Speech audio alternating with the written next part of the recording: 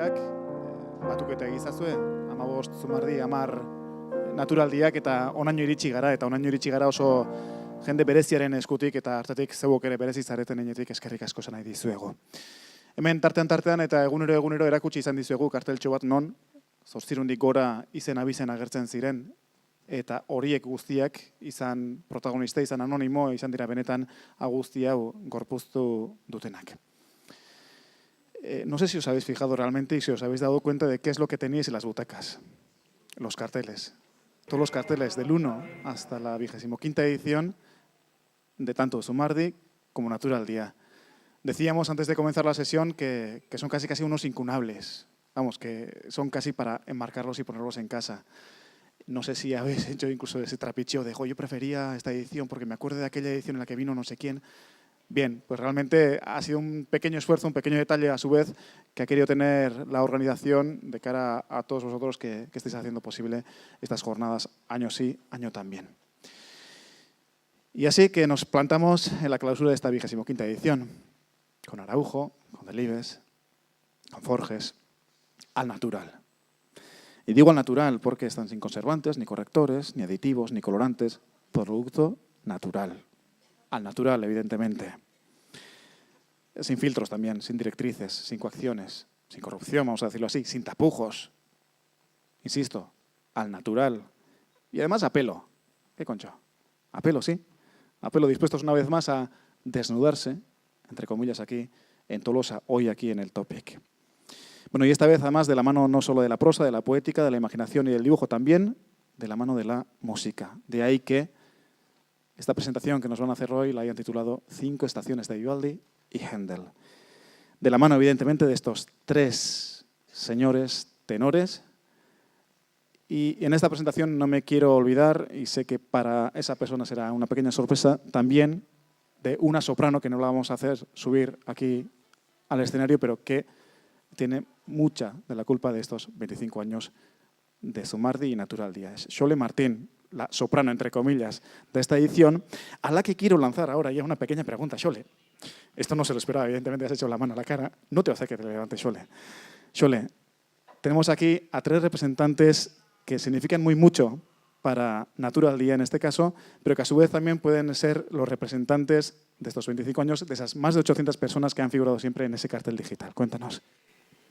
Bueno, Arratsaldeon, no me esperaba este ataque o no sé cómo decirlo.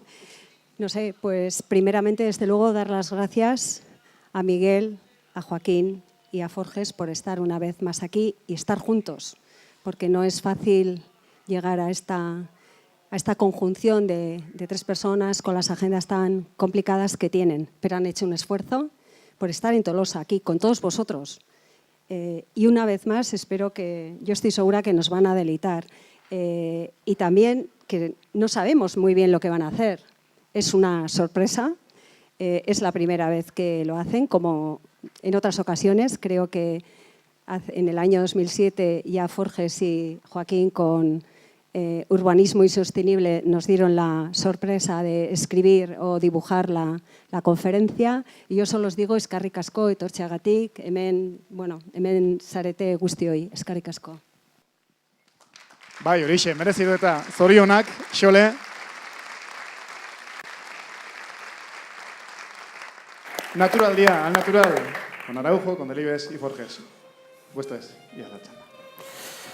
Arratsaldeon denori, muchas gracias a todos por estar aquí. Somos nosotros los que queremos expresar gratitud.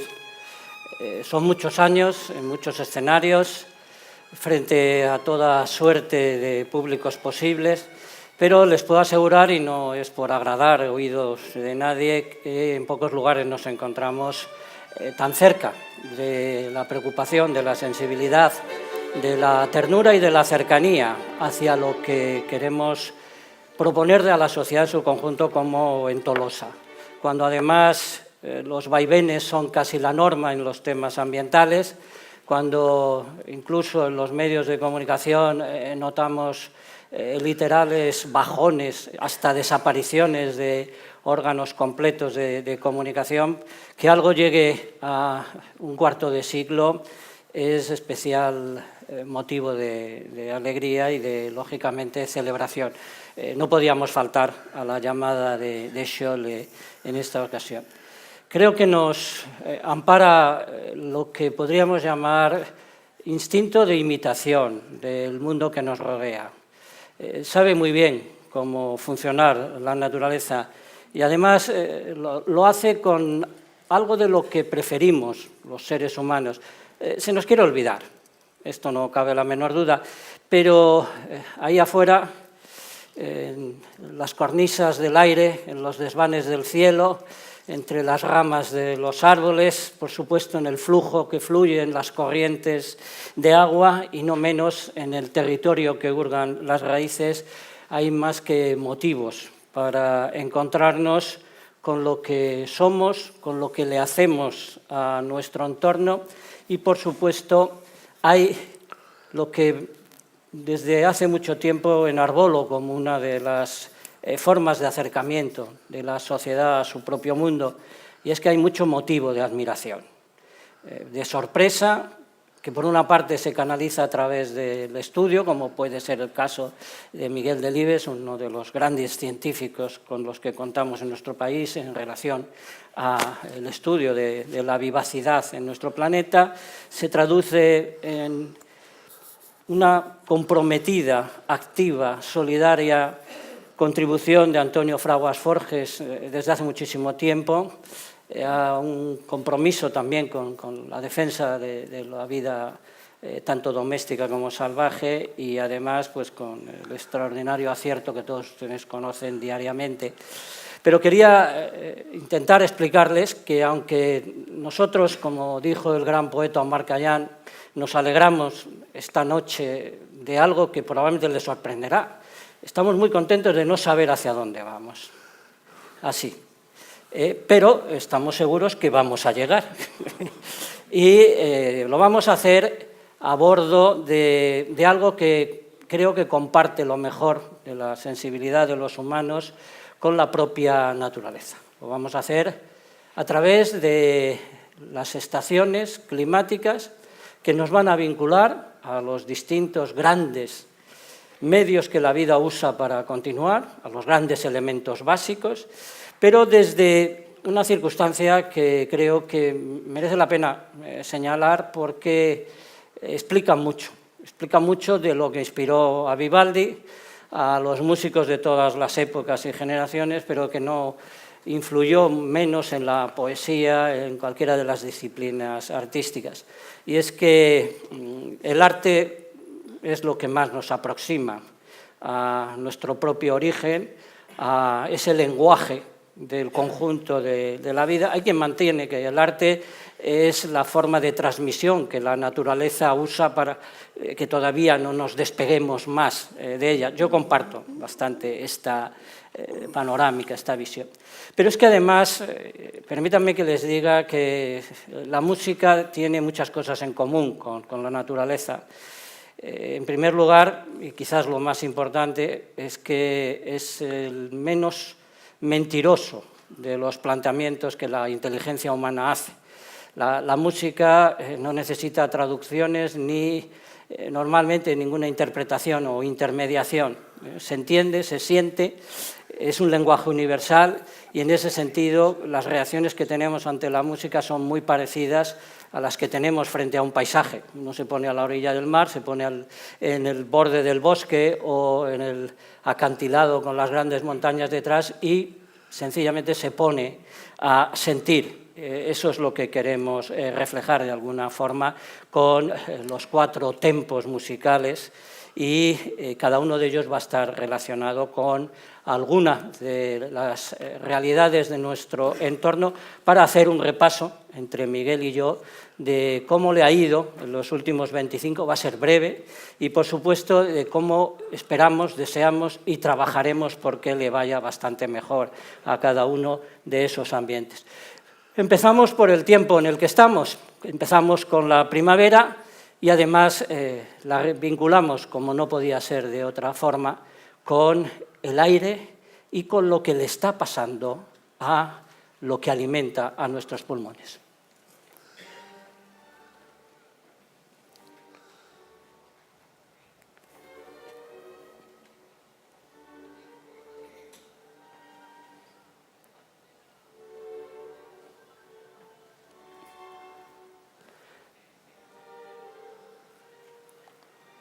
Está sonando, ¿eh? Bueno, se ha entrado con un poquito de emoción, como un suspiro, como un fantasma se introduce en la sala la primavera.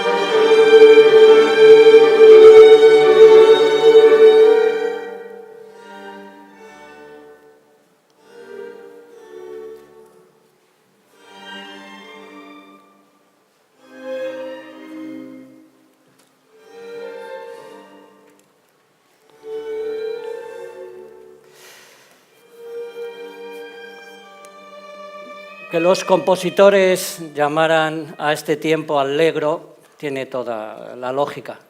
La primavera es desbordamiento de posibilidades. A mí me gusta incluso utilizar una expresión que me parece oportuna. Es el tiempo en el que casi todo se inaugura, es la renovación, es la primera materia prima para la propia vida. Y en esa dimensión es en la que probablemente todos estamos un tanto preocupados por un cierto acortamiento del tiempo de la transición, de estas estaciones que son intermedias y que además transportan tal cantidad de información a través del aire, como son, por supuesto, los aromas, las simientes, los pólenes, en fin, que ciertamente la primavera teníamos que vincularla a esta suerte de enorme placenta que nos rodea. La preocupación por el acortamiento de la primavera debido al cambio climático nos llevaría pues, a una rápida prospección, si les parece oportuno, de lo que le está pasando precisamente al aire y de cómo vamos a intentar remediarlo. Buenas tardes, Arratsaldeon. Permítanme unas brevísimas palabras de salutación, pero es una alegría muy grande estar aquí. De alguna forma, pareciera que fuera raro cuando se ha dicho están aquí Quini Araujo, Forges y Miguel Delibes, cuando en realidad para nosotros es casi ya parte de nuestra vida. Esto de venir en primavera a Tolosa y a Naturaldia es como que los gansos vuelvan a Doñana en invierno, ¿no? Si no vinieran sería algo muy raro, algo estaba funcionando mal en ese reloj de la naturaleza. Entonces, volver a ver esta primavera, volver a ver el Chindoki, como veía esta mañana viajando hacia acá, hoy brillante bajo el sol, pues es como reconocer que seguimos estando vivos y un mensaje de optimismo también. 25 años es mucho para nosotros, es verdad. Un cuarto de siglo es una barbaridad, pero para la naturaleza es muy poco. Es decir, que se están estropeando cosas, pero también hay tiempo para enderezarlas, tenemos tiempo para arreglarlas. Bueno, ¿qué ha pasado un poco en estos 25 años? Pues yo creo que lo más significativo desde el punto de vista del conocimiento es que hemos confirmado algo que probablemente intuíamos ya antes o se intuía antes, y es que el aire, la atmósfera, el entorno que nos cobija, lo estamos haciendo nosotros. Los naturalistas, los biólogos pensábamos durante siempre que el medio ambiente estaba dado y que nos teníamos que adaptar a él. Solo en los últimos años nos hemos dado cuenta de que lo estamos haciendo, es decir, que lo podemos cambiar, y lo podemos cambiar en un sentido que no sea el más deseable para nosotros. Es decir, no está dado y nos tenemos que adaptar a él, no va a ser siempre igual aquí, no va a ser siempre la cantidad de oxígeno y vapor de agua y nitrógeno o de ozono, como saben, que hay en la atmósfera, sino que va a depender de lo que hagamos. Es verdad que tiende a adaptarse, tiende a corregirse, tiende a una cierta homeostasis, a una autorregulación, pero no puede regularse del todo. ¿Cuál es la buena noticia? Que emitimos mucho CO2, pero una parte muy importante de él lo absorbe la naturaleza. ¿Cuál es la mala? Que emitimos más del que puede absorber, y eso afecta al clima. Pero te doy la palabra de nuevo. Sí, permítanme que siga utilizando evocaciones que vienen del pasado clásico, incluso de algo que tiene que ver muchísimo con la naturaleza y con nuestras preocupaciones básicas por su salud, y es que probablemente lo que mejor explique la situación sea el consabido mito de la caja de Pandora. Lo que hemos hecho no ha sido abrir una caja absolutamente simbólica de la que salen extraordinarias maldades, desgracias, desastres, tragedias. La caja de Pandora es el petróleo, son las bolsas, ha sido desenterrar al conocidísimo oro negro, y eso, por supuesto, se ha convertido en las secuelas que todos conocemos, y que merece la pena que consideremos que esto sucede sin que haya sido absolutamente necesario.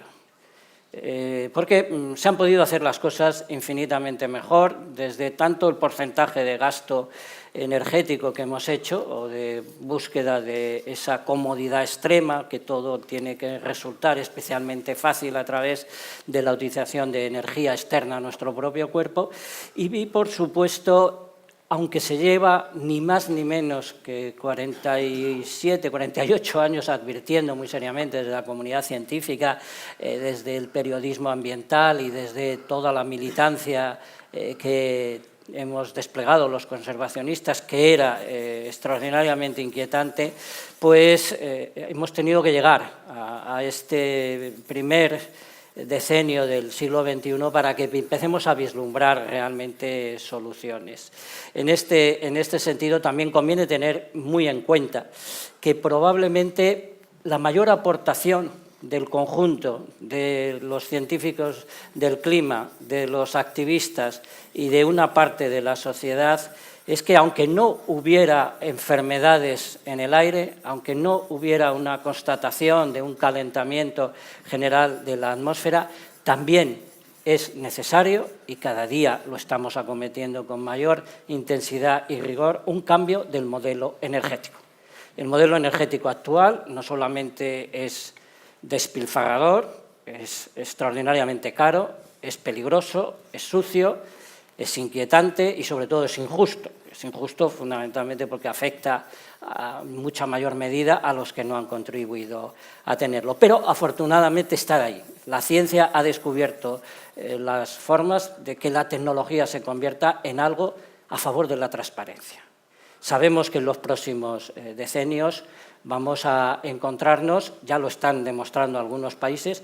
Por cierto, noticia importantísima, nos movemos también mucho en el ámbito de la comunicación, del periodismo, no deja de ser sorprendente, pero muy estimulante, que la primera potencia mundial ya sea China, desde el punto de vista económico y también desde el punto de vista de la degradación ambiental. También ya es el mayor contaminante del planeta, pero curiosamente también se ha convertido a lo largo del último mes en la primera potencia mundial en energías renovables.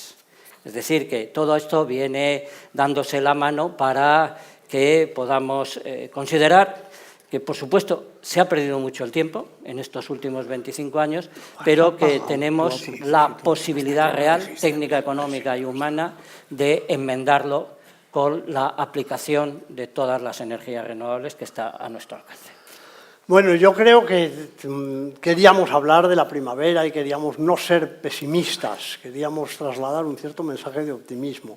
Es cierto que las cosas son complicadas y lo saben muy bien, como eso probablemente es lo que se lee todos los días, pues no es mucha noticia. Pero hay aspectos para verlo también con mejor cara, ¿no? Uno es muy importante y es tan reciente como el cambio que han leído en los periódicos, seguramente, de la postura más o menos oficial de Estados Unidos. Es decir, que Estados Unidos oficialmente admita que hay un cambio en las condiciones de la Tierra como consecuencia de las actividades humanas es muy importante. Me podrán decir, bueno, ¿qué más da? Bueno, háganse idea, es como saber qué nos pasa, decir, oye, yo estoy bien y no saben qué tengo. Esto es mucho peor que decir, estoy bien y ya saben qué tengo y me pueden curar o me pueden intentar curar. Bueno, una vez que en la Tierra los países más poderosos, los científicamente más avanzados, aquello donde los lobbies del petróleo son más fuertes y han luchado más para negar la evidencia del cambio global que implica el calentamiento y el cambio en la atmósfera, han aceptado que esto existe, va a ser mucho más fácil de cambiar. Es también optimista que los jóvenes luchen para esto y los jóvenes mejor formados. Nos hablaban hace pocos días también de las campañas en las universidades estadounidenses para dejar de invertir en empresas que liberan o en modelos de desarrollo energético o de empresas de energía que colaboran al incremento de CO2 en la atmósfera. Esto ha hecho ya que alguna universidad muy importante como Stanford haya renunciado a todas sus acciones en empresas contaminantes, que son muy importantes en Estados Unidos. Y hay una presión muy grande de los estudiantes de Harvard ahora en este mismo sentido. Entonces, las cosas han empezado a cambiar en estos 25 años últimos, nos hemos dado cuenta. En gran parte de la Tierra o en parte de la Tierra hemos propuesto cambios antes, la Unión Europea en esto fue precursora, la reticencia de Estados Unidos era una barrera muy grande y Estados Unidos parece aceptar esta situación y esto yo creo que nos empuja o nos sitúa en la puerta de un camino mejor y confío en que la conferencia de París, que será la próxima importante, si no definitiva, sobre este tema, pues ayude mucho a encauzarlo mejor. Cambiamos de estación, pasamos al verano, es tempo lento, adagio, normalmente considerado así por los escritores de música en sonata barroca, y escuchamos la música del verano.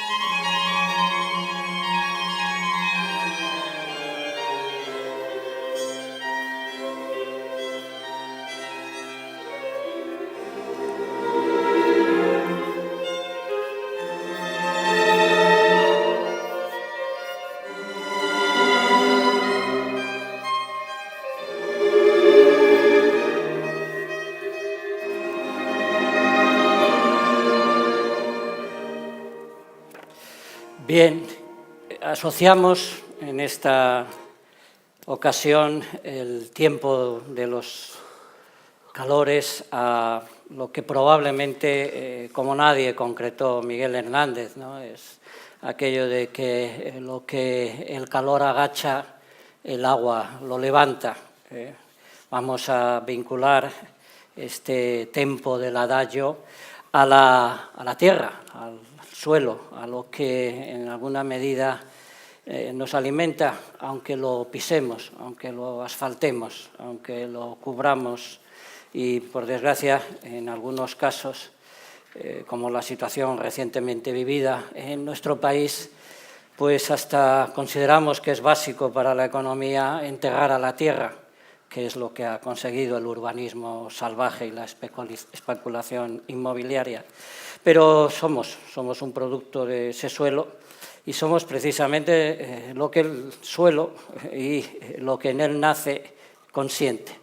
A mí me gusta decir que somos lo que ha consentido el agua y, por supuesto, la vegetación de este planeta. Y en ese aspecto, pues todavía podríamos decir que es más cercana, más implicadora la relación que tenemos tanto con el líquido vital como con la parte fértil de nuestros suelos.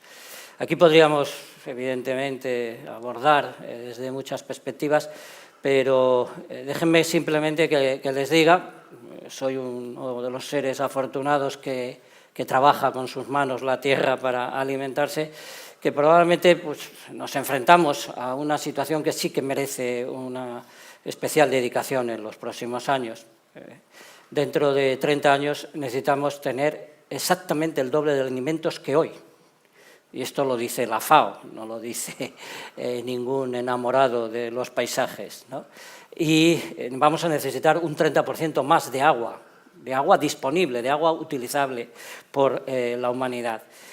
Aquí está bastante claro que el desafío es, si cabe, todavía mayor que el de intentar recuperar la transparencia de los aires, entre otras cosas porque tenemos infinitamente menos disponibilidad de suelos que nos alimenten y, por supuesto, el agua presenta signos de escasez en demasiadas partes. Bueno, en relación con la tierra, pues hay unos aspectos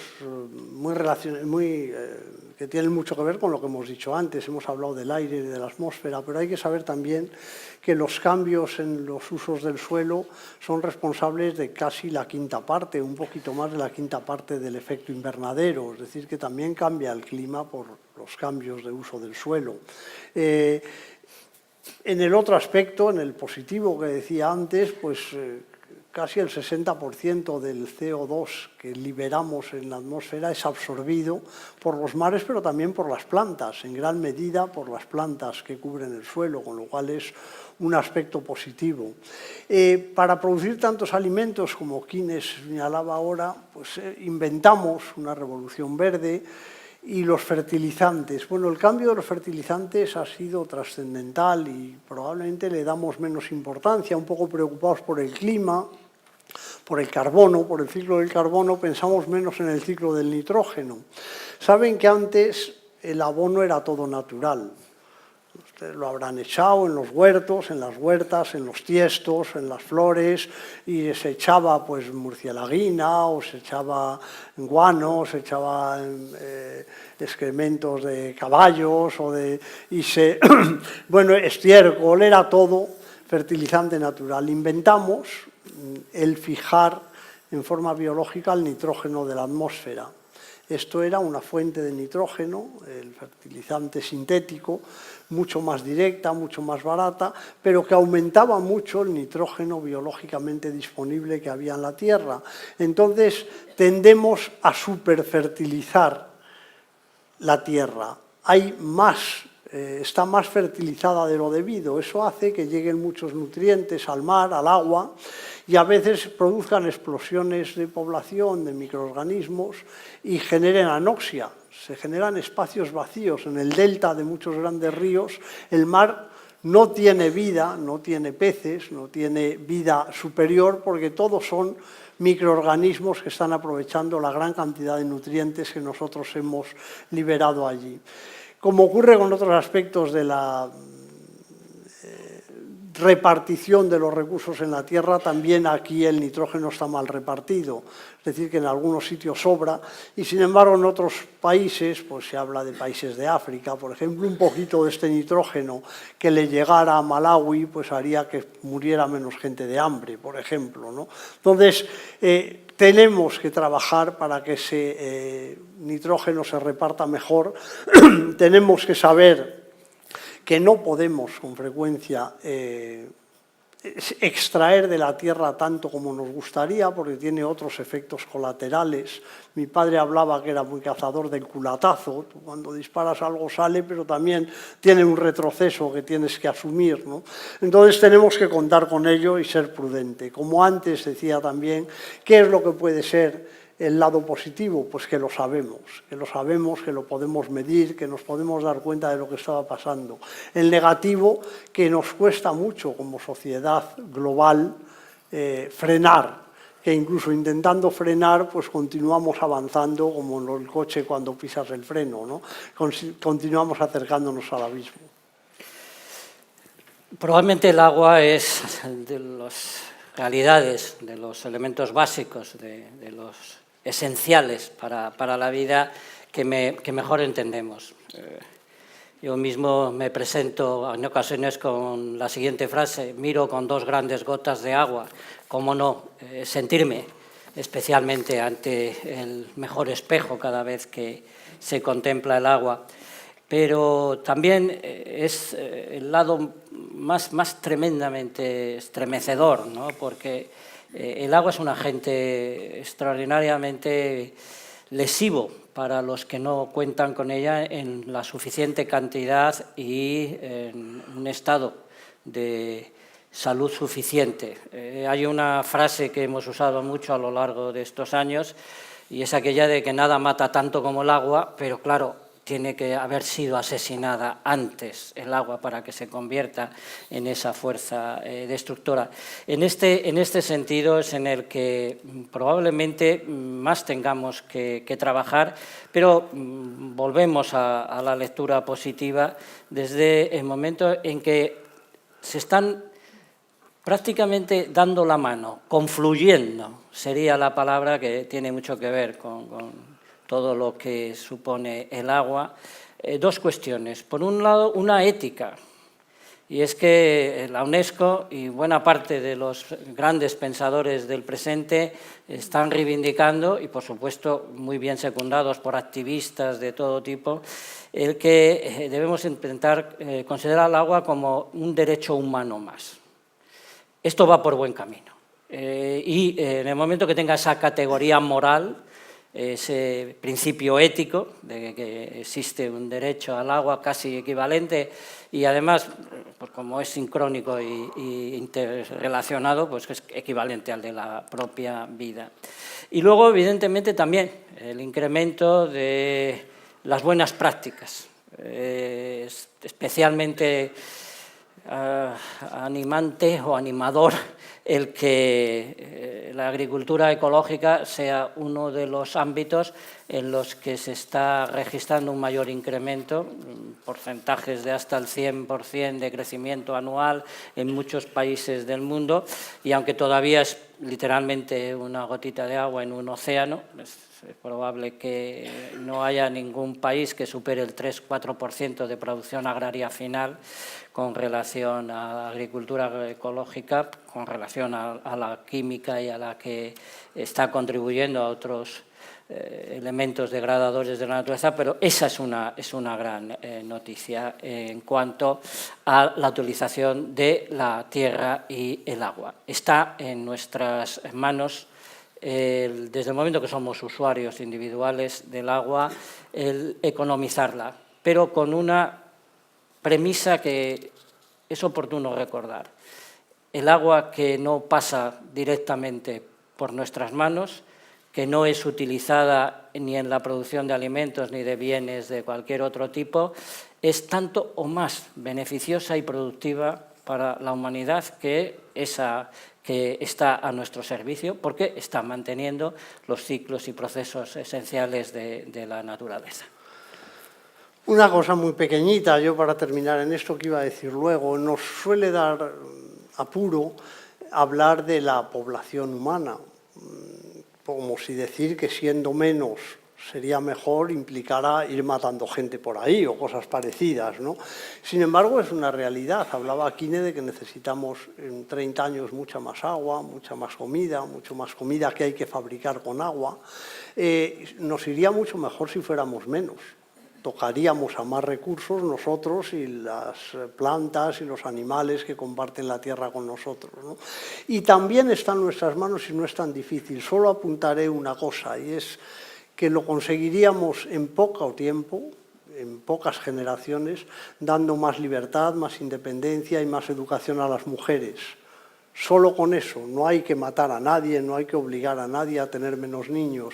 En los países en los que se ha hecho, y la mujer ha llegado al nivel del hombre en educación, en capacidad de trabajar, de ganar dinero, de llevar dinero a casa, en muy poco tiempo ha caído la natalidad, por ejemplo en Bangladesh, de 6,5 niños por pareja a 1,9, es decir, por debajo de la tasa de renovación. Si esto ocurriera en toda la Tierra, si tuviéramos una varita mágica y pudiéramos dar a las mujeres la capacidad de decidir por sí mismas, a final del siglo XXI seríamos pocos más que al final del siglo XIX. Algunos más, pero no muchísimos más. Y no es tan complicado y no es en modo alguno desagradable.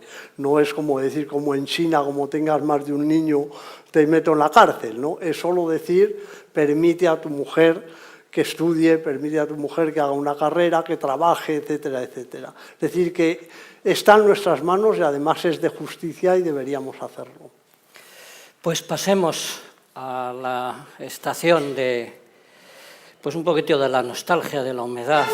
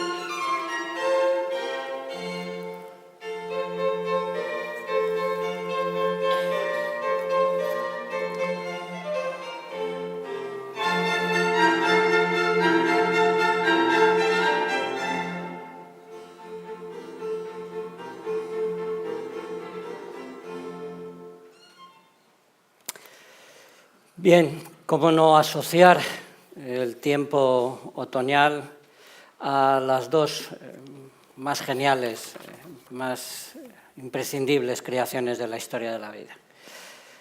Las que estamos incluidos invariablemente, que son el bosque y la propia multiplicidad vital, la diversidad biológica en términos más científicos. Decía Elias Canetti que solo por los colores merecería la pena vivir eternamente. Es precisamente lo que consigue la multiplicidad vital, si no la eternidad individual, por supuesto sí, la intentona muy bien lograda de que sí que sea semieterna la propia vida. Viniendo para acá, Antonio Forges y yo hemos hablado del color de estos bosques vascos que son tan imponentes, ¿no? También hemos comentado que solo del verde se pueden distinguir varios miles de tonalidades distintas. Hay quien mantiene que el ojo humano, que es precisamente un legado del bosque, se formó esa capacidad extraordinaria de visualización que tenemos, de distinguir colores, velocidades, contornos, volúmenes, esa auténtica y prodigiosa dotación física de la que gozamos los seres humanos se forjó en los bosques y que precisamente tiene capacidad para distinguir ni más ni menos que 1 millón de tonalidades. Si solo por los colores merecería la pena vivir eternamente, pensemos que es el bosque el principal sostenedor de la vida fuera del agua en el planeta. Es tan vinculado al otoño, la arboleda, que lo que los compositores musicales llamaron scherzo, scherzo en italiano es divertimento, podría ser perfectamente asimilado a ese esplendor de la vida que todos hemos comprobado se da la mano con el bosque y con los seres vivos en las otoñadas.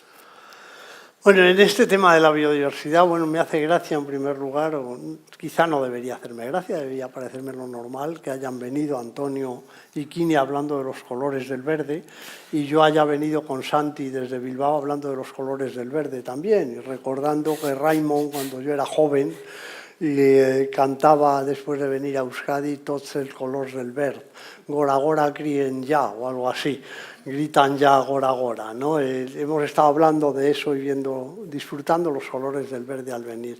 Digamos que en este aspecto podríamos desde nuestro mundo encontrar numerosas o bastantes razones para el optimismo. Otra cosa es hablar del mundo. Pero en nuestro mundo, pues, los espacios naturales protegidos están aumentando, siguen aumentando, cada vez hay más. Otra cuestión es que a veces, a mí que trabajo en Doñana, por ejemplo, me disgusta que estén bien o mal conservados. En Doñana hay mucha vigilancia, muchos ojos encima, probablemente muchas cosas se hacen mal, pero desde luego muchísimas se hacen bien. Ya quisiéramos que todos los espacios naturales protegidos en el mundo estuvieran tan cuidados. Sin embargo, recibimos muchas críticas que a veces nos sublevan, ¿no? Diciendo, pero ¿qué más quisieras tú que tenerlo así de cuidado lo tuyo? Aunque esto ciertamente pueda mejorar, ¿no? Pero eso está mejorando. Y otra cuestión llamativa de los últimos años en el mundo desarrollado, digamos, en nuestro mundo, en el mundo rico, si lo podemos llamar así, lo que llaman el rewilding, el asalvajamiento otra vez, ¿no? Algo que en lo que no sé si me gusta o no, debo confesar, pero que consiste en devolver especies que han desaparecido a espacios naturales donde hace mucho tiempo que no viven, ¿no? Hay un movimiento muy fuerte, básicamente nacido en Estados Unidos, pero que está introduciendo en Europa, pues, para devolver bisontes al Cantábrico y por tanto aquí, o devolver caballos de Przewalski a las llanuras y que el lince euroasiático vuelva a ocupar Euskadi, o movimientos en este sentido, ¿no? Consideran que es factible asalvajar el mundo industrializado, desarrollado en el que vivimos, porque en muchos aspectos va mejor. Es cierto que tiene trampa. Una compañera mía, mucho más joven, una discípula, si se puede llamar así, una estudiante, está haciendo su tesis sobre las relaciones entre aspectos sociales y económicos de los países y su pérdida de biodiversidad, digamos, el número de especies en peligro, que están desapareciendo, y le encontraba algo que gusta pensar a mucha gente, y es que cuanto más rico es un país, mejor se conserva. Mejor se conserva, entonces que los ricos conservan bien y los pobres mal. Este esquema se ha hundido cuando ha metido como variable dentro de sus modelos la tasa de bienes que se exportan, es decir, los recursos naturales que se exportan. Los países que conservan mal son los que exportan muchos recursos naturales a los países ricos que los importamos. Es decir, ellos conservan mal porque nosotros compramos sus maderas o nosotros les exigimos o la soja para hacer pienso para el ganado. Entonces, hay aspectos, como digo, positivos y negativos. más bien positivos en nuestro mundo, que con crisis y todo es un mundo rico, y más aspectos negativos en el mundo, que es todo lo demás, ¿no? Bien, hemos vinculado la arboleda con la multiplicidad de la vida en el planeta. Es un dato bien conocido que desaparecen especies. No hay posibilidad de consenso porque resulta imposible, incluso para los más avezados conocedores de esa gama de la biología, el cuantificar exactamente cuántas especies perdemos. Dejamos horquillas que Miguel, desde luego, tiene perfectamente en la cabeza. Hay quien dice que se pierde una especie diaria y hay quien dice que se pierden 10 y hay quien dice hasta 40 especies diarias. Bueno, realmente esto está ahí. Pero también está que es inseparable la sensibilidad ambiental, la historia de la defensa de la naturaleza, el activismo ecológico, de precisamente la pelea muchas veces encarnizada y además con capacidad de convertirse en banderín de enganche, es decir, la defensa del lince que encabezó Miguel Delibes históricamente, o la del águila imperial por personas como Jesús Garzón y otras, pues han sido auténticas movilizadoras y han dado una pauta de comportamiento. La defensa de la especie es la defensa del hábitat de la especie y, en consecuencia, como en el bosque es donde más especies viven dentro del conjunto de la parte terrestre del planeta, pues sin duda todo eso viene dándose la mano y cada día se entiende mejor que el continente bosque es precioso por el contenido vida que hay en él mismo.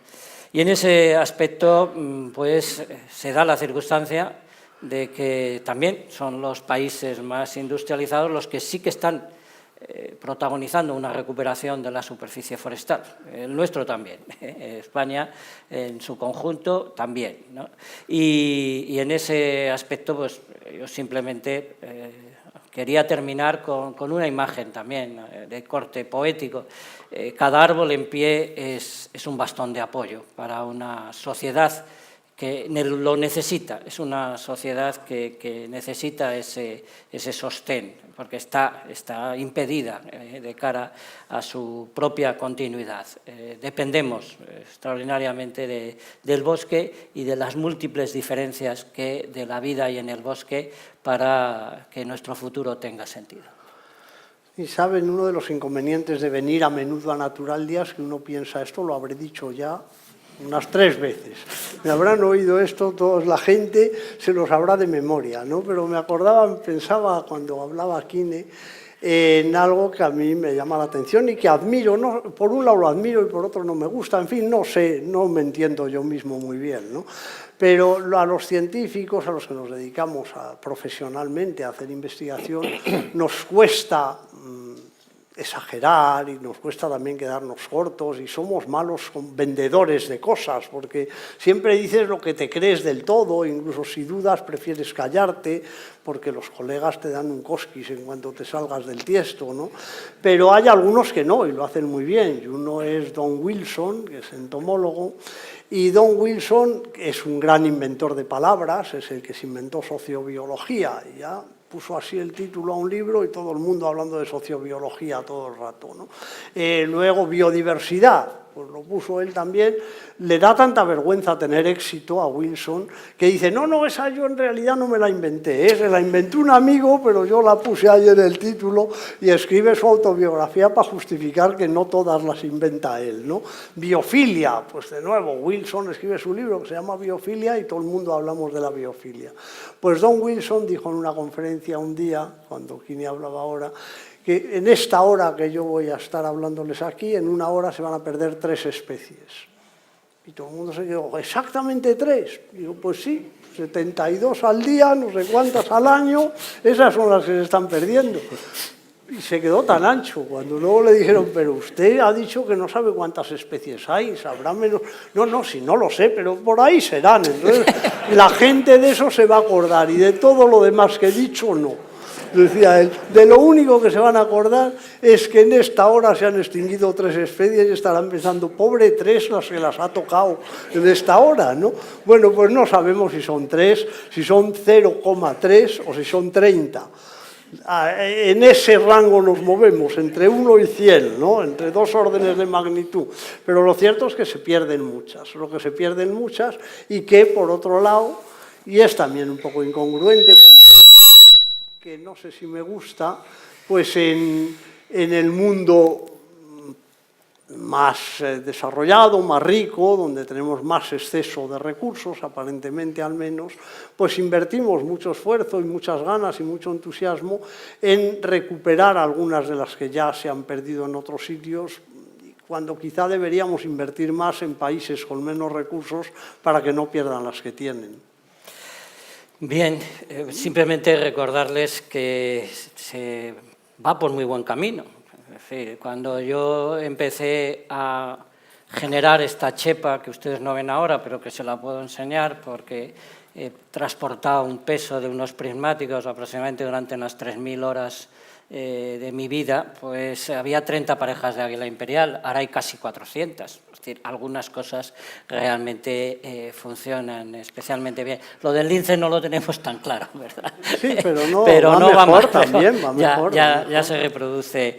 Bueno, vamos hacia el invierno, que para los autores de las sonatas, para los escritores son partitura, normalmente, y también un poco para el concepto del calendario que tenemos los humanos, pues es el tempo finale que nosotros vamos a vincular en esta ocasión pues a nuestras propias condiciones. Vamos a dedicárselo al ser humano, su papel, y vamos a intentar asomarnos a un futuro halagüeño para la especie dominante.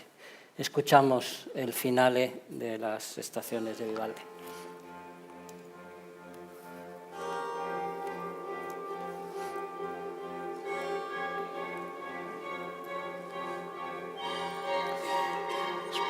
Espera un rato porque tarda.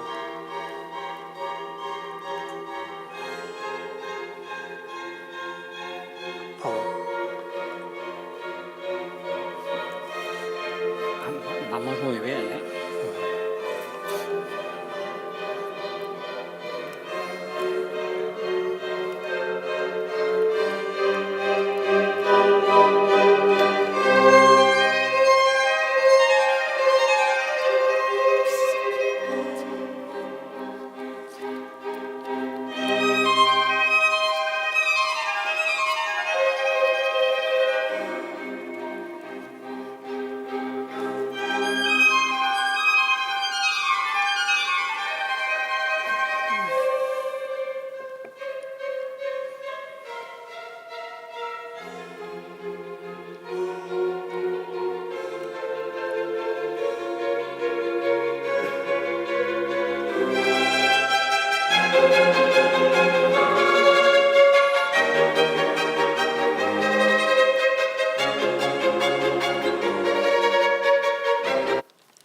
Bueno, ustedes han escuchado una cantidad casi exagerada de veces, ahora con motivo de la muerte de Gabriel García Márquez, que el ser humano es lo que recuerda. Es cierto, creo que no hay que darle muchas vueltas a esa aseveración, pero recordamos también lo que ha llegado a nosotros por cualquiera de los canales, ya sea por contacto directo con nuestros semejantes, a través del sistema educativo y últimamente pues, a través de los medios de comunicación de masas. Yo les voy a dar una información que para mí es sobrecogedora, se podrá recibir como se quiera, pero creo que puede definir perfectamente una situación.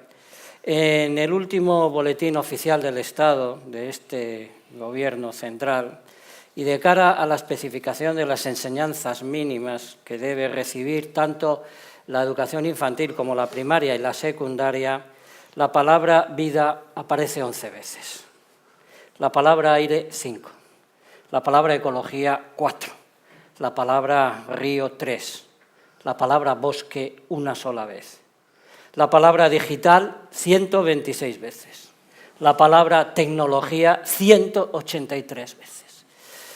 Yo creo que esto explica muchas cosas, porque si vivimos en un mundo en que nos vamos a creer que organización interna de la trama de tramas extraña que es Internet, o que cualquier, por magnífico que sea, objeto de la tecnología, nos va a resolver los problemas, estamos muy mal situados.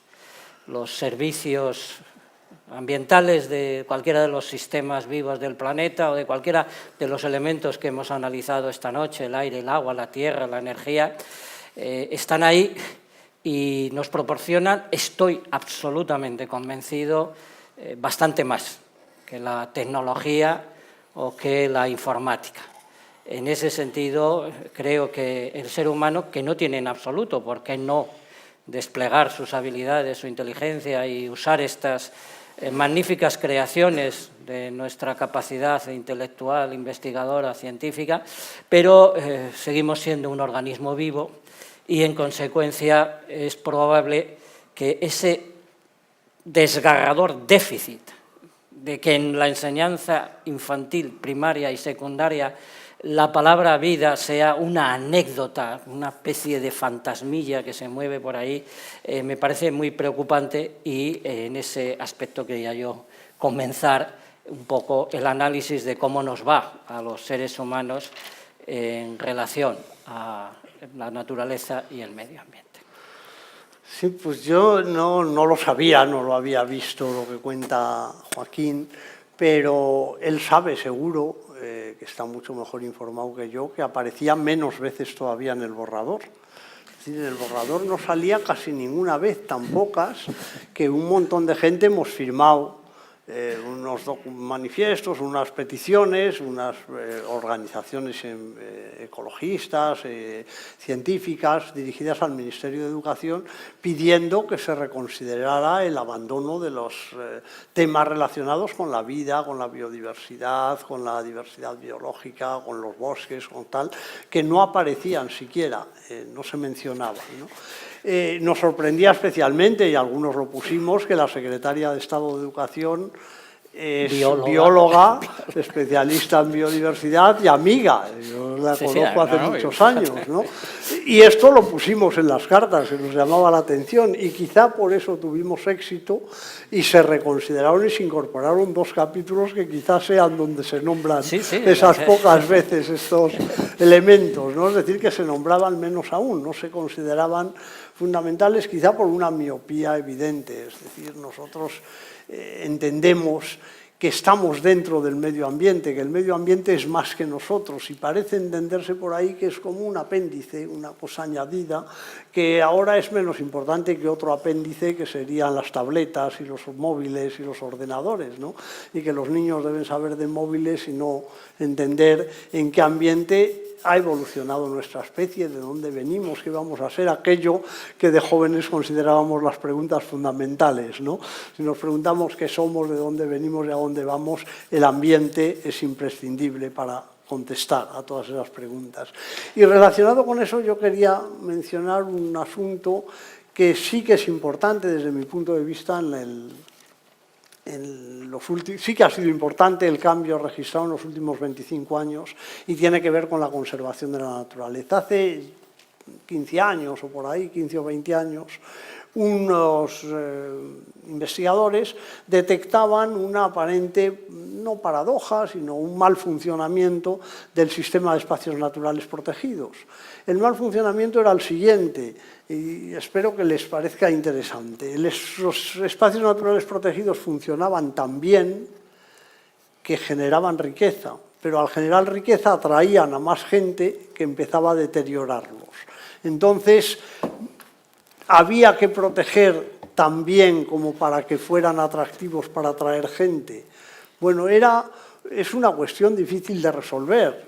Los que queremos conservar más naturaleza lo presentamos como un éxito. Fíjate, la renta sube en los espacios naturales protegidos en relación a la media en los sitios no protegidos. En cambio, otros dicen, los hiperconservacionistas, sí, pero eso hace que venga gente de fuera y deteriora el espacio que hemos mimado tanto. Y las dos cosas son verdad. Pero en este sentido, me llamó la atención un título de un artículo en una revista inglesa que me pareció provocativo, ¿no? Y decía, literalmente, si mejorar las condiciones de vida de los paisanos, de la gente, no es la respuesta, ¿cuál es la pregunta?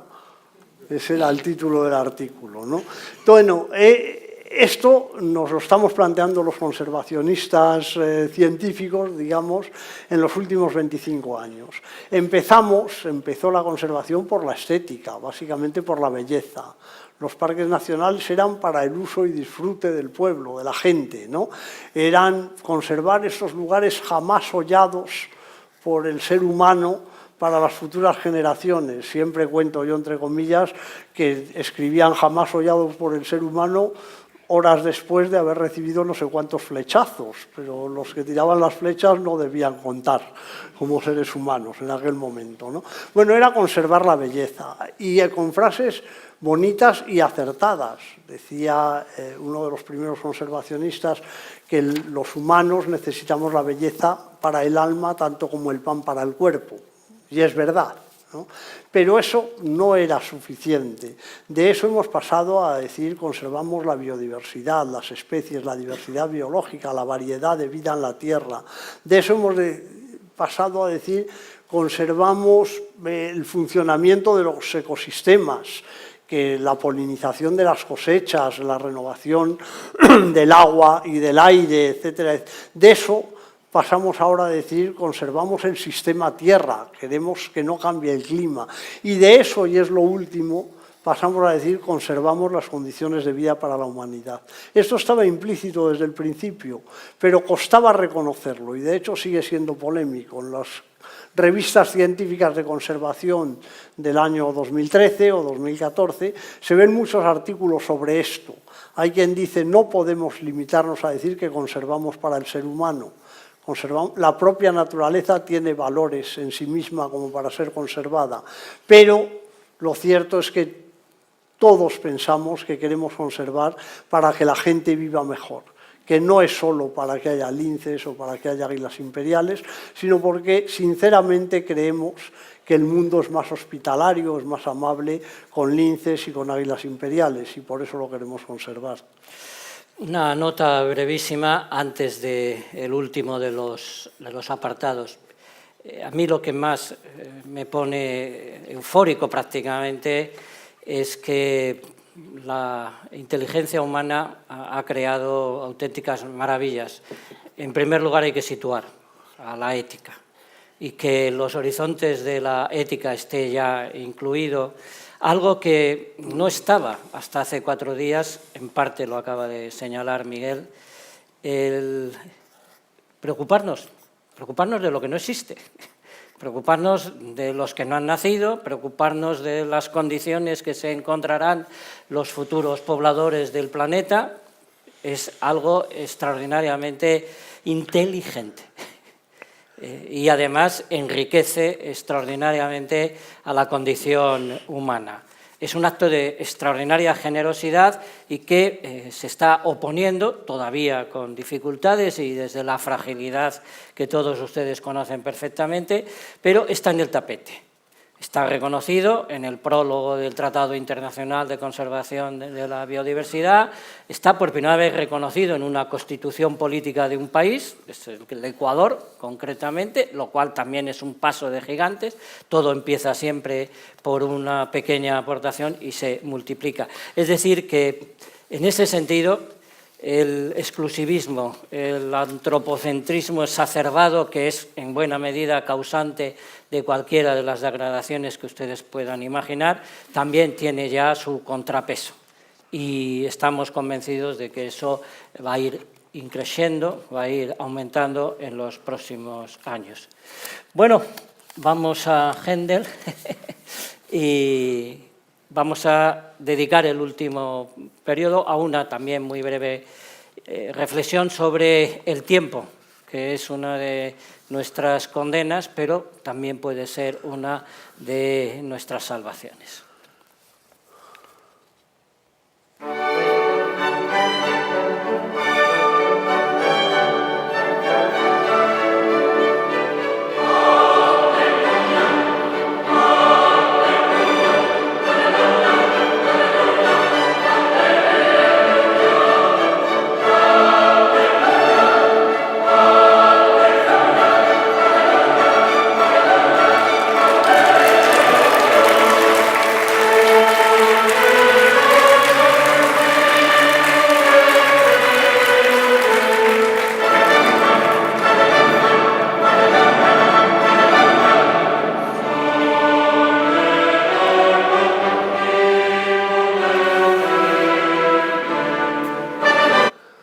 Decía nuestro querido compañero de tertulias radiofónicas, de Forges y mío, el gran filósofo José Antonio Marina, que ustedes han disfrutado también gracias a Natural Día y al esfuerzo de Xole Martín, que la primera víctima de la prisa es la ternura.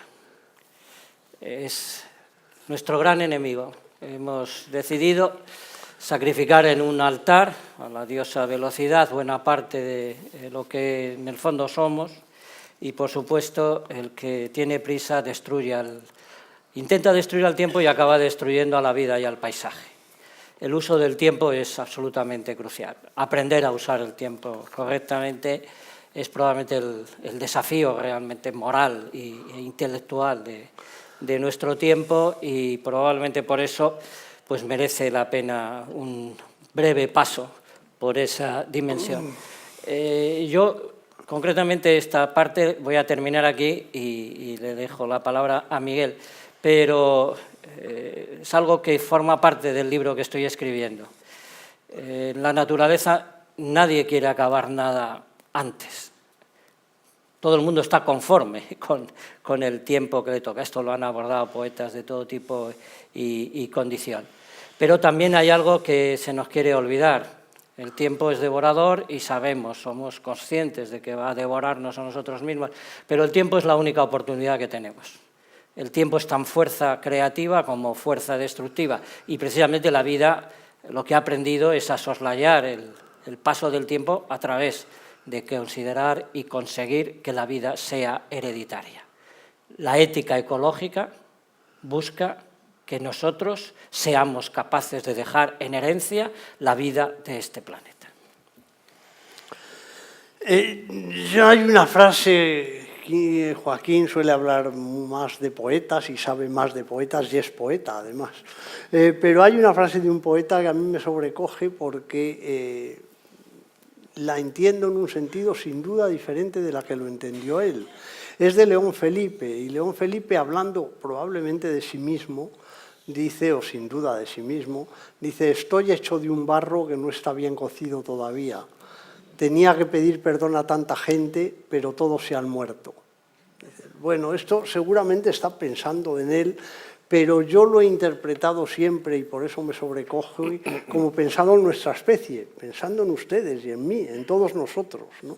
Que estamos hechos de un barro que todavía no está bien cocido. ¿Y por qué estamos hechos de un barro que no está bien cocido? Por el tiempo que ha transcurrido. Piensen que somos humanos, somos especies, somos Homo sapiens desde hace probablemente 150.000 años, seguramente no más. Pero en esos 150.000 años, que no es poco, tampoco muchísimo para ser una especie, pero de esos 150.000 años, 145.000 años nos los hemos pasado en pequeñas bandas, peleándose las unas contra las otras, peleándose contra un medio hostil, intentando eliminar las fieras porque les comían a ellos, intentando matar a otros animales para comérselos. Bueno, ahí hemos estado evolucionando, seleccionándonos para ser los mejores en ese terreno.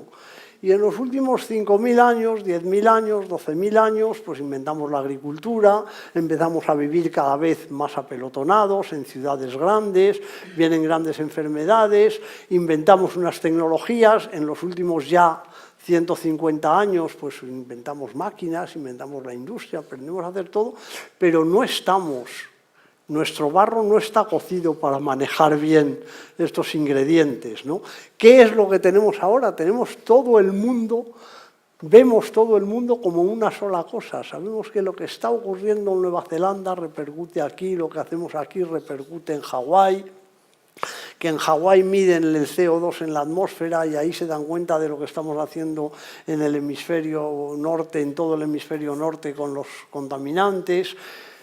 Pero nuestra capacidad como humanos para reaccionar es pobre, porque estamos hechos más bien para pelear con el de al lado y decirle tú apártate, más que para colaborar con gente diferente, y eso hace que nos cueste pues entender al diferente, entender al que habla de otra manera, o al que tiene otro color, o al que es más débil, intentar aprovecharnos de... Bueno, tendemos a hacer esto por ahí, y hay quienes dicen está en nuestra naturaleza y es inevitable.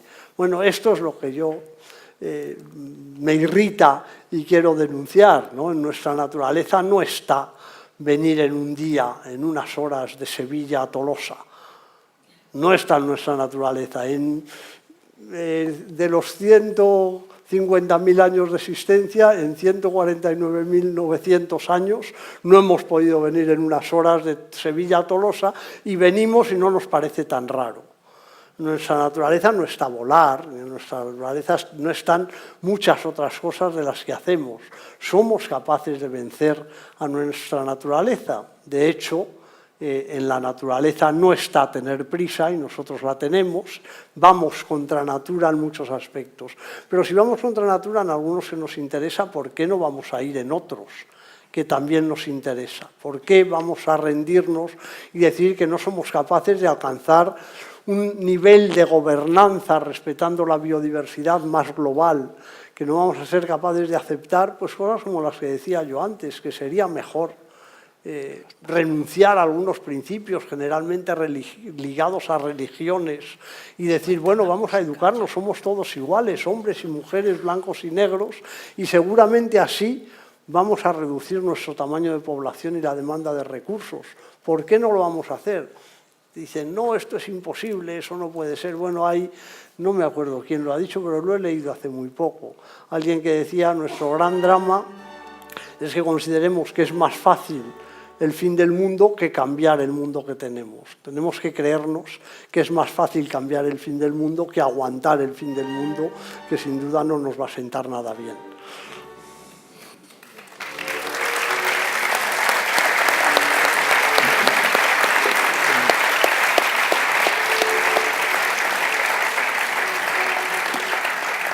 Bueno, repetimos música y ahora vamos a disfrutar de lo que ha dibujado Antonio a lo largo de esta casi hora.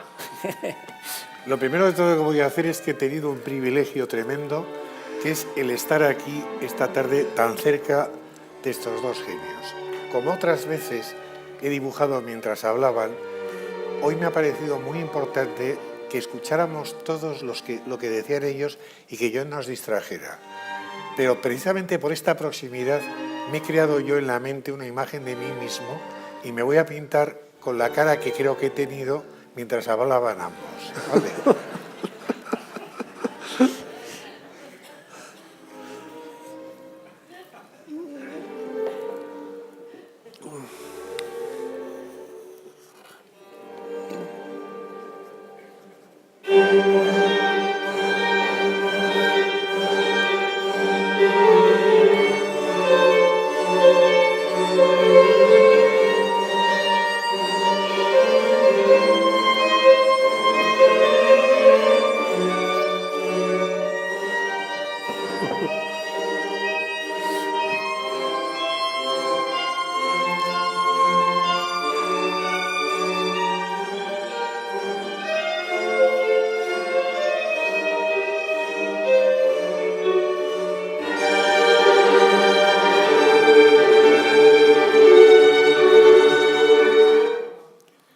Este soy yo, veis muy bien las babas y esta es mi sonrisa, ¿vale?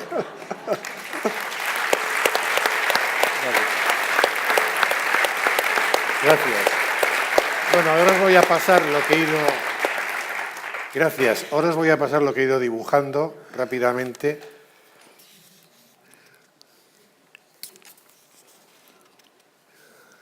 Aquí veis, es muy complicado porque en este caso concreto hay que atender muchísimo. Se dicen una serie de cosas, como han dicho ellos, que son inolvidables y además muy importantes. Y no solo se acuerda uno de esas tres especies que pierden. Hay muchas más cosas. Aquí, por ejemplo, tenemos al aire en el psiquiatra, porque claro, le hemos hecho esto, ¿vale? Luego tenemos el follón grandísimo de la primavera en general. Aquí tenemos al aire. Acordaos que el bosque es el mejor orfeón. Yo rogaría, por favor, que cuando estéis en algún hayedo, calléis totalmente, incluso quitéis, por supuesto, el listófono, que es como habría que llamar al smartphone, y escuchéis cómo cantan los bosques. Es muy importante. Aquí vemos que el ciclo continúa, ¿vale? Y, por supuesto, algo muy importante con lo que me gustaría acabar. Afortunadamente, todos los seres humanos tenemos una ventaja sustancial. También otros animales, pero nosotros nos damos cuenta. Todos tenemos otra madre. Muchas gracias.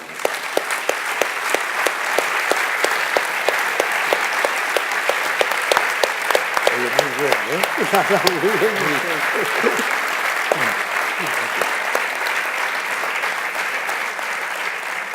Bueno, más de uno ha escuchado lo que voy a decir, pero por primera vez lo voy a intentar en euskera. Bizizak zaindu zaitzatela. Gracias y que la vida les atalante.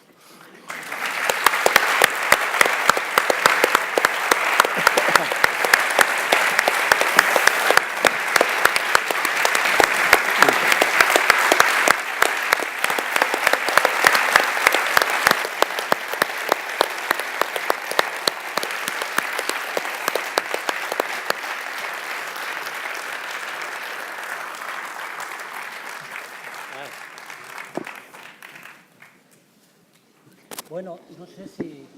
Bueno, por cierto... Bien, sí, ahora... Hay... Joaquín, al ser todo esto tan innovador, inusual, vamos a decirlo así también, no sé si todavía la gente incluso quiere participar más en esta historia o se ha quedado con esa sensación de plenitud de decir, guau, ¿cómo nos vamos a casa? Sí, pero con una petición de piedad, y es que cambien el sentido de los focos. Ahora les toca a ustedes, por favor, que les iluminen a ustedes y que nosotros quedemos en penumbra. Venga, formato que hemos llevado todos los días a mano alzada, y os pasamos el micro, micros que tenéis a los lados, en los laterales de las butacas, pues a mano alzada pedid el micro y ración para todos.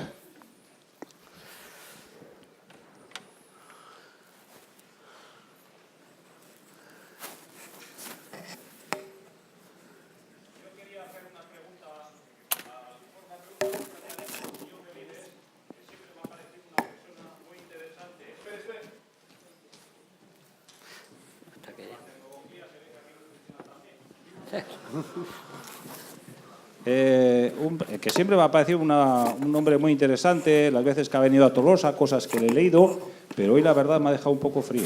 Me ha dejado un poco frío porque yo soy pensionista. Y una de las cosas por las que se nos ha argumentado y razonado, no solamente Mariano y su gobierno, sino el 98% de los economistas, era que, claro, con la pirámide poblacional que tenemos, tan pocos niños que nacen y tantos que estamos para envejecer, no había más remedio que congelarnos y nos han prometido rebajar las pensiones. Estamos en el Estado español, uno de los países de más baja natalidad, y concretamente aquí en Euskadi tenemos un crecimiento casi cero de la natalidad. Y nos han achacado a eso, que es lo que usted estaba propugnando, como culpable de que nos hayan bajado las pensiones. Hombre, pensando dices, ¿y si hubiera habido 1 millón más de jóvenes ahora para trabajar? Pues hubiera sido 1 millón más de parados, menos pensiones. Pero bueno, el tema que se nos ha argumentado es eso. Y no sé si en el pensamiento de Mariano y sus mariachis también no ha obrado este pensamiento de que es necesario que en vez de decrecer crezcan más niños para intentar limitar el derecho de la mujer a decidir cuándo es madre y si quiere ser madre o no. No sé, sí, se habla. Bueno, entiendo perfectamente que le deje desconcertado porque a mí me desconcierta también. Yo casi soy pensionista, soy padre de hijos parados, entonces me dicen, hombre, para que tus hijos consigan contratos y esto tienes que consumir más. Esto que tenéis en la moda de consumir poco y que las cosas os duren más tiempo y arreglarlas en vez de tirarlas y comprar una nueva, es lo que está haciendo que tus hijos no tengan trabajo. Habría que consumir más, habría que tener más coches, habría que tener... Bueno, como estoy seguro de que eso no habría que hacerlo, creo que tiene que haber otro camino. Lo que ocurre es que yo lo he dicho alguna vez, yo no sé llegar a ese camino, sé cómo tendría que ser, pero no sé cómo se llega. No sé cómo se llega sin provocar graves trastornos. Esto, por tanto, ya digo, me me desconcierta a mí también. Es decir, creo que hay que profundizar, creo poder ver cómo tendría que ser un mundo más sostenible y creo que será, porque soy optimista, el mundo del futuro. Es un mundo, como digo, donde pues nacerán menos niños no deseados. Es impresionante la cantidad de niños que nacen en el mundo que no se desean y que luego lo pasan muy mal, esos mismos niños, ¿no? Bueno, que nacerán menos niños no deseados, progresaremos en una economía del no crecimiento. Habrá economistas que nos expliquen cómo vivir mejor sin crecer, porque evidentemente no vamos a vivir mejor creciendo. Son tiempos diferentes, ¿no? Escalas de tiempo diferente, pero lo que ahora mismo puede interesar a un político, a un tal, para los próximos 4 años o para los próximos 5 años, no es lo importante para los que, como decía Joaquín Araujo, todavía no han nacido. Tenemos un conflicto intergeneracional, pero es entre nuestras generaciones y las que van a venir que todavía no están. Y eso es lo que tenemos que saber arreglar. Yo creo que estamos progresando en ese camino, se están abriendo puertas nuevas. Creo que sería deseable que ocurriera de esta manera, pero realmente, si supiera yo cómo se hace, hasta me animaría a presentarme como contra Mariano, que dice usted en las elecciones.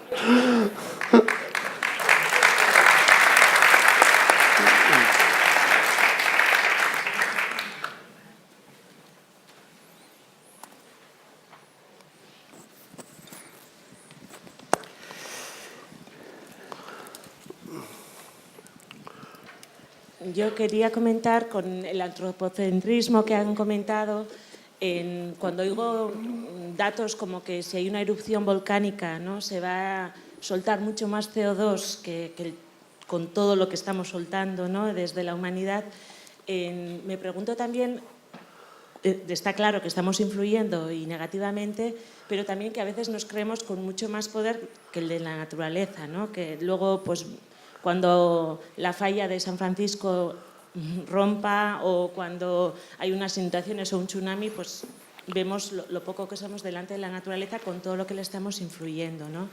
Y también el tema de la biodiversidad, así como desaparecen especies, también surgirán nuevas, ¿no? En esa idea de que tenemos influencia, pero también la naturaleza tiene su capacidad. Y luego el otro tema de la desigualdad entre el mundo, ¿no? Por ejemplo, en Euskal Herria, que tenemos bastante agua de momento, se derrocha y tenemos agua potable y la utilizamos en cualquier espacio, de cualquier manera, regando, en los baños, en cualquier sitio podemos beber agua, ¿no? Y ahí querría que comentarais el tema de la privatización del agua, ¿no? Con la influencia que tiene, porque el consumo responsable del agua en el norte principalmente, cómo puede repercutir verdaderamente que esa agua llegue a las personas que lo necesitan, ¿no? Que es lo que en todas estas dificultades que tenemos y nos creemos, luego realmente no hacemos llegar a quien necesita, ¿no? Bueno, no te has dirigido a nadie concreto, pero me doy por aludido. Primera situación, es muy distinto ser víctima de una catástrofe que ser tú la catástrofe. Es decir, cualquier cosa que suceda desde el punto de vista del funcionamiento geológico del planeta o de cualquier cosa de estas, pues evidentemente está en otro capítulo. Lo tremendo es que nosotros no solamente somos una catástrofe, lo sabemos y podemos evitarlo. En ese sentido también hay una relación directa con nuestra capacidad de reproducción. Los mayores expertos en demografía humana no es que ya aboguen porque seamos menos, sino que consideran absolutamente imprescindible el crecimiento cero. Poblacional, 2 por cada 2. Y esto, además, porque en realidad, precisamente la cifra que doy yo al principio de que dentro de 36 años vamos a necesitar el doble de alimentos y 1/3 más del agua que usamos ahora mismo, eso está rayando absolutamente con los límites absolutos posibles de esa misma capacidad productiva, a través incluso de nuestras habilidades tecnológicas. Con relación a surgirán nuevas especies, por supuesto. Los que más saben de esto han calculado que a lo largo de la historia de la vida ha habido 500 millones de especies. Y si quedan 15, nadie sabe los que quedan, ya sabéis. Pero fijaros, pues, evidentemente. La cuestión es que ahora se extingue a una velocidad tan inusitada, también evitable. Por cierto, sí, la cuestión es lo evitable y lo nada, que no estamos dando tiempo a que surjan, bueno, yo no sé si me equivoco mucho porque Miguel sí que sabe de esto, pues eso, se calcula que aproximadamente se necesita 1 millón y medio de años para que vaya surgiendo una nueva especie. Con relación al agua, creo que una de las... quizás me favoreció la diosa Fortuna o la musa de la inspiración. Creo que una de las mejores cosas que he escrito en mi vida es esta frase. La primera propiedad del agua es que no debe ser propiedad de nadie. Es decir, el proceso de privatización del agua es exactamente todo lo contrario de lo que algunos mantenemos. Es decir, un elemento básico para la vida tiene que ser un bien social, un servicio público que ya lo es espontáneamente, probablemente el más importante. De momento el agua participa en la totalidad de lo viviente, en todas las combinaciones y en todas las posibilidades de despliegue. Y, lógicamente, no nos pasaría nada porque allí donde tenemos abundancia de algo, lo usáramos con mesura. Porque hay una consideración importante. El agua es algo tan más allá de lo que aparentemente es, que hasta plantea un problema de tipo metafísico. El agua crea la unidad de la vida. La vida es intensamente diferente, se ha multiplicado por infinitas variedades, pero da la casualidad de que todos somos partícipes a través del agua de una cuestión absolutamente común. Por eso el agua que no se utilice, no se estropee, no necesite la naturaleza un gran esfuerzo para convertirla en vivificante en Euskadi, está favoreciendo también a el que no accede fácilmente ni a la suficiente agua ni a la suficiente salud del agua en otro lado. Probablemente el gran desafío, la gran propuesta del pensamiento ecológico es esa relación.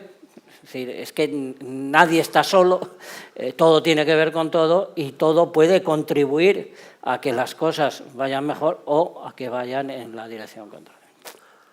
Si me dejas que yo te cuente una anécdota respecto a la desaparición de especies, lo mismo que has dicho tú, se lo dijeron a un biólogo mexicano, Halfter, pariente de los Halfter músicos, vamos, de hecho, descendiente de republicanos exiliados en México. Y le dijeron, bueno, no es tan importante, no será tan grave que se extingan especies porque aparecen otras y se han extinguido la mayoría de las que han vivido en la Tierra, en la historia de la Tierra. Y Halfter solo contestó, sí, pero entonces mis hijos y yo no vivíamos aquí. Fue lo único que él dijo, ¿no? Bueno, ese antropocentrismo sano yo creo que es positivo. El mal antropocentrismo es el miope que considera que somos nosotros contra los demás y no parte de los demás. Que nosotros estemos aquí implica que tenemos que preocuparnos por nosotros mismos cuando vemos lo que ocurre alrededor y también intentar que no ocurra porque tenemos esa capacidad, ¿no? ¿Más cuestiones o nos dispersamos pacíficamente? Otra cuestión, Esperamos, Funden. Hay una última intervención también aquí. Sí. Erdian. Sí. Tenemos una o dos preguntas. No, a ver, es que, bueno, con el tema este del agua, se me ocurre una pregunta que no sé si hay respuesta. ¿Dónde estás? Claro, el ciclo del agua, esencialmente, la base del agua es el mar, ¿no? Y la evaporación nos crea las nubes y eso nos riega, como una frase tuya muy bonita, Joaquín, que el mar vuela y nos riega. La tengo en la mente siempre, ¿no? Una pregunta que se me ocurre. El mar está súper contaminado, es decir, es terrible, es de pena, ¿no? La pregunta es, en el proceso de evaporación, los contaminantes se purifican, no nos llegan a través de la lluvia. Sin más, es una pregunta aparentemente tonta, pero no sé, se me acaba de ocurrir. No, los contaminantes que nos llegan a través de la lluvia están ya en el aire, no están en el agua. Es difícil, o sea, sobre todo los contaminantes. La evaporación no, en el fondo, no la evaporación y luego la es parte de condensación. la depuración del agua. Es parte de la depuración del agua. Esos, me parece que son, ¿cuántos eran? 900 millones de toneladas por hora se evaporan del mar. Me parece que era esa cifra. Bueno, probablemente estoy intentando recordar y no estoy seguro, pero es así, evidentemente. Es decir, el agua de lluvia, como sabéis, en este delirio consumista y privatizador, pues se vende a grandes cantidades, embotellada, como un producto de lujo.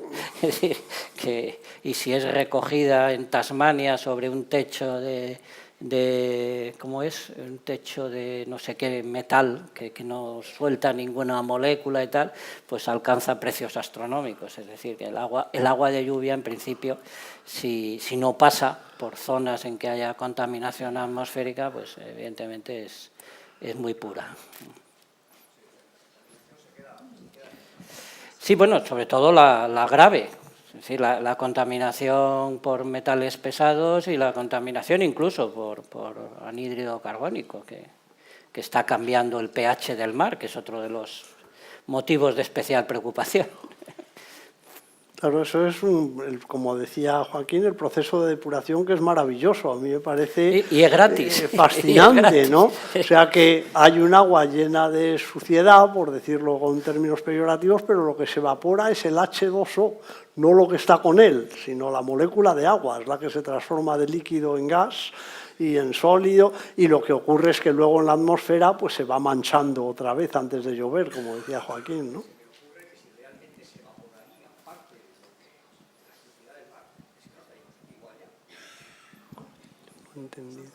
No, que no se te ha oído. No, que se me ocurre que si se evaporaría parte de la porquería que está en el mar, igual ya no estaríamos aquí. Bueno. El mar es gordo, ¿eh? No, lo del mar es especialmente preocupante porque además últimamente se han detectado esas ingentes cantidades. Es difícil dar con una cantidad de aguas de superficie que no tenga además plásticos. Es decir, de alguna manera realmente lo de la evaporación es el milagro que nos está manteniendo vivos. Sí, se puede decir. Sí. Sí, yo quería preguntaros, como habéis dicho antes, que el uso que hacemos ahora del tiempo no es natural. Si os parece que la economía globalizada que tenemos es natural, si estamos preparados para esos manejos a gran escala, si estamos preparados para gestionar recursos de lugares que no vemos y que afectan a personas que tampoco vemos. A mí me parece que igual habría que volver a unos ciclos más cortos, económicos. ¿Qué os parece? Empiezas tú. Bueno, yo creo que es un poco lo que he dicho al final, ¿no? Es lo de estar hecho de un barro poco cocido. No está bien cocido todavía nuestro barro. Entonces, aparentemente va por un lado nuestra mente racional, que es capaz de entender incluso gran parte del universo, desde luego la Tierra como un ecosistema global, como un sistema único, donde repercute. Y por otro lado, nuestro otro cerebro más emocional que se liga más al cercano y entiende al desconocido, eso mucho más en los pueblos primitivos que en las sociedades nuestras que estamos aglomerados, ¿no? Hay un libro bonito ahora de este hombre de Diamond, el que hizo lo de Colapso y estos, que habla de lo que podemos aprender de los pueblos primitivos y él dice quitar romanticismo a los pueblos primitivos, dice que es mucho mejor ser civilizado que primitivo, y una de las cosas que hace el primitivo es al desconocido lo mata directamente, porque un desconocido probablemente sea un enemigo. ¿Qué pinta ese tío aquí?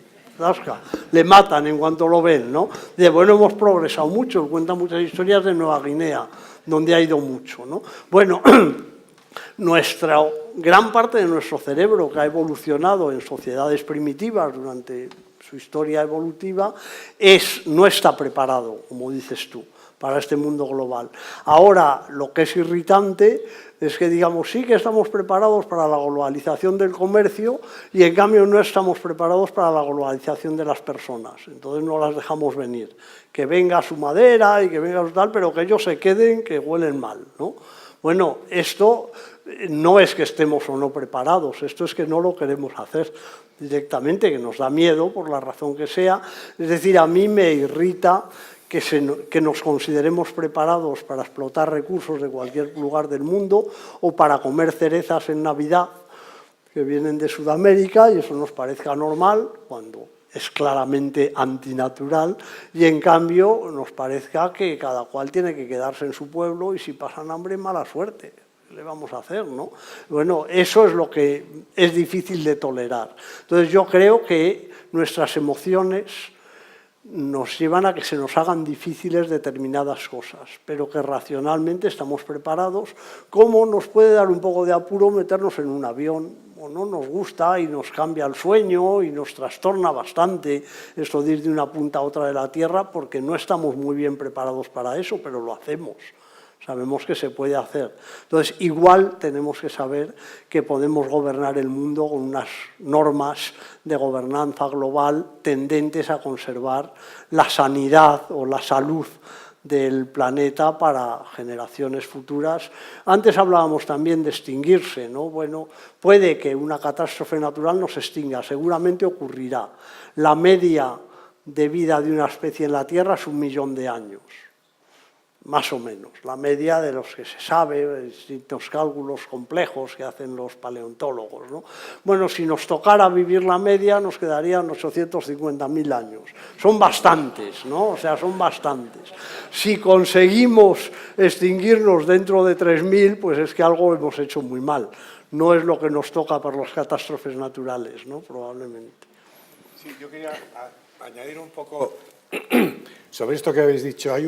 Hay una globalización que sí es positiva, que es teóricamente la posibilidad de que las cosas lleguen a cualquier lugar del mundo. Y sobre todo las imágenes, y sobre todo las noticias. ¿Qué quiere decir esto? Que lo más importante es que sí puede llegar el conocimiento. ¿Qué es lo que pasa con esto? Que, mira, desde luego en el siglo XIX tú podías llegar a un pueblo del centro de África, como ha dicho Miguel, y tú llegas con tu mejor sonrisa de oreja a oreja y tus dos manos abiertas así. Pero claro, esa tribu, que es los panchonfolos, ¿vale? Curiosamente, cuando te ríes con sonrisa de oreja a oreja, le estás llamando tontolbolo, por ejemplo, ¿vale? Y luego, con las dos manos así abiertas, que te voy a dar con esta y con esta. ¿Vale? Claro, ¿qué pasa? Con la información, con la comunicación, sí puede saberse que cuando alguien llega así no quiere decir eso. Y eso es un dato que tenemos que tener muy en cuenta. La abundancia de la información en todo el globo terráqueo es buenísima y malísima. ¿Vale? Ellos que saben mucho más de esto podrían decir el horror que ha supuesto en África, en la África ecuatorial, los pantalones vaqueros y los botes de Coca-Cola, por ejemplo. Porque está quitando los pantalones vaqueros parte de las defensas naturales de esos pueblos y están mucho más afectados por otra clase de enfermedades que ya estaban inmunizados antes y ahora están menos inmunizados. Y los botes de Coca-Cola es algo muy simple.